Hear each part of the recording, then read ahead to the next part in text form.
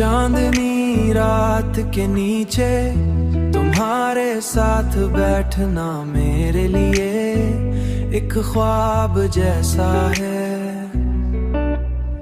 जैसे पूरी कायनात सिर्फ हमारे लिए रुक गई हो है।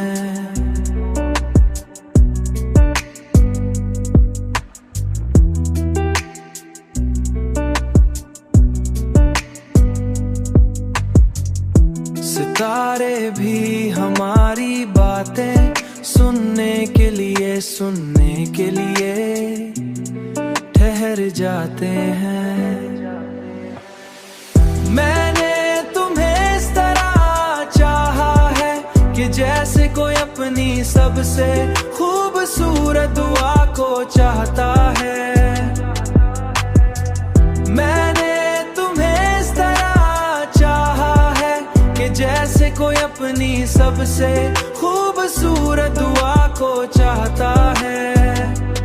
अपनी सबसे खूबसूरत दुआ को चाहता है। तुम्हारी मौजूदगी मेरे लिए एक नेमत है। एक ऐसी नेमत ये मेरी नेमत है।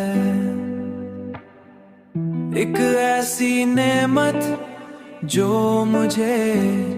मुझे हर दिन एक नई खुशी देती है। मुझे हर दिन एक नई खुशी देती है। और यही खुशी मेरे दिल में हमेशा के लिए बस गई